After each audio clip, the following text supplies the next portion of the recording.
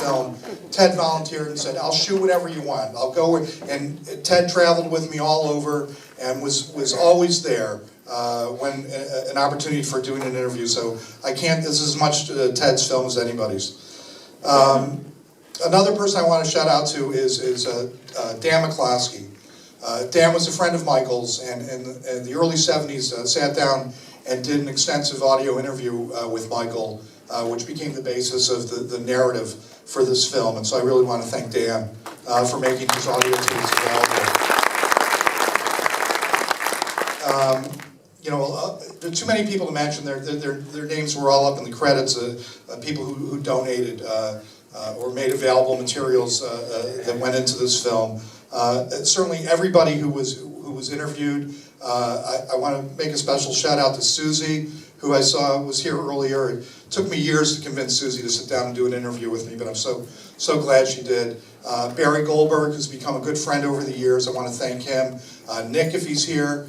In our answer, I give, people say, "Why did it take so long to make the film?" Well, it took 25 years for me to get Nick to say yes to do an interview. And one night in North Beach, my wife and I were having dinner, and we walked by the saloon, and Nick was having a cig in between sets, and I went up to him, and he was like, "Hey man, how's it going?" And I said, "Good." He says, "How do I know you?" And I said, "I'm the guy making the film on Bloomfield." He said, "Oh, I've been avoiding you for years." I bet you want to interview me before I die. And I said, "That would be nice." And he said, "Okay." And so that week I got him to sit down, and that interview was the cornerstone of the film. So thank you, Nick, and everybody who was involved in this film. I want to thank you so much for being a part of it. The person I have to thank the most is my longtime partner and wife and fellow filmmaker, Christina Keating. Christina, would you stand up, please?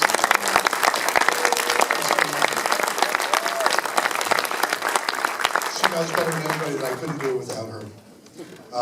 And that's the end of my thank yous, but thank you to all my friends who've been supporting me. I have some, I tell people I've been working on this film for 25 years. My friends who have known me longer know that I've been talking about this film for a lot longer than that, so I don't think they ever believed I would ever finish it, so I'm glad that I did. So I guess we'll open it up to questions now, if anybody has any. Yes? I think I heard a snippet of the solo from Mike's It's Not Killing Me album in there. What did that album come about? It was a solo album where he sang? Michael was signed for most of his career to Columbia Records, except for a few indie records that he made in the 70s. He recorded for Columbia, and that was just one of the projects. I don't know the ins and outs of how that record was made, but it's a great record if anybody... by the way, we have a wonderful poster that was made by Whit Clifton and printed over at Great Impressions, who does all the Fillmore posters. And anybody who's here today, you can get a poster if you want, my gift. Make sure you see Christina on your way out, and she'll hand you one of our posters. I want to tell that to the people who are sneaking out now. See Christina and you'll get a poster. Any other questions? Mom and Dad, either one of them alive? Michael's father, Harold, died a number of years ago. Unfortunately, I think Michael died before their relationship was really resolved. They had a difficult relationship. Michael's brother, Alan, is still very much alive. He's living in the Palm Desert right now. Michael's mother, Dottie, lived well into her 90s and just passed away actually a few months ago. I'm sorry she wasn't able to see the finished film. She was quite a lady. She had, what's that? Quite alive, lively being. Yes. Yes. How long did he work with Dylan? How long did Michael work with Dylan? Yeah. Really just during the recording of Highway 61. There was a recording session earlier which resulted in Like a Rolling Stone, and then shortly after that they went back into the studio and recorded the rest of Highway 61. The only other time that as far as I know, Barry, maybe you can correct me if I'm wrong, but I think the only other time that Michael actually played with Dylan was shortly before his death. Dylan, when he was in his Jesus phase, played a in 1980 played a run of shows at the Warfield, and one night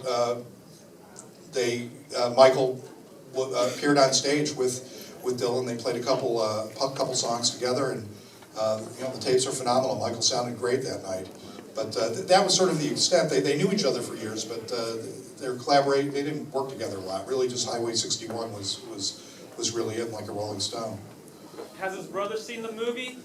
As far as I know, Alan has not seen the movie yet. I'm going to make sure that he does shortly. Yes. What was your favorite Michael album? My favorite album. Personal favorite. Geez, I don't know if it's Michael's best album or his best performance, but I'll answer that by saying that when I first really became aware of Michael was on Super Sessions. I certainly had heard him before, but I probably wasn't aware that it was Michael, on the Dylan recordings and the Butter recordings and even Electric Flag. Although I was familiar with those albums, I wasn't hip enough to know who was playing on them. And it was really the Super Sessions album where Michael's name was prominently on the front. That's an album that I've probably owned in every incarnation that it's come out. Again, I don't know if it's his best recording. Cooper seems to think so, but that one for me is one that I listen to a lot. And also the first Electric Flag album to me is just phenomenal. How do you pick one? I would really have to say also the first two Butter albums, the first Butterfield Blues Band album and East West are just phenomenal records. I'll tell you a quick story. Years ago, I was in the recording studio with John Mayer. I was doing some behind the scenes filming for a track they were recording for the movie Cars. They were doing a version of Route 66. And I spent a couple days on the East Coast and the West Coast with John Mayer, and I was really impressed. I didn't know he was such a great guitarist at that point. He really impressed me. And he played this white telly and held it just like Michael, and he kind of looked like a prettier version of Michael. And I said to him after one day of recording, boy, man, if they ever make the Mike Bloomfield movie, you should play Michael.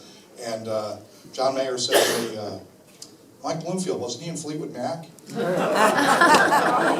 And I said to him, we were in New York and Tower Records was still open. I said, you got to go down to Tower Records and pick up the first two Butterfield Blues Band albums, because this guy influenced you more than you'll ever realize until you listen to those. I think he knows who Mike Bloomfield is now, but at that point he didn't. And that was one of my motivations for making this film, because if John Mayer doesn't know who Mike Bloomfield is, people need to be educated.